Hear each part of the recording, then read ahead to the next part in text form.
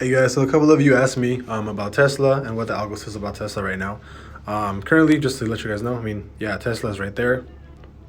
The last actual buy-in for Tesla that we got a signal for was December 2nd, which was a couple of days back actually. Yeah, December 2nd was the last time we actually got a buy-in for Tesla. My algo actually purchased on the last purchase was November 16th, and currently it's up 49% from that November 16th buy-in, from the last position that I actually purchased.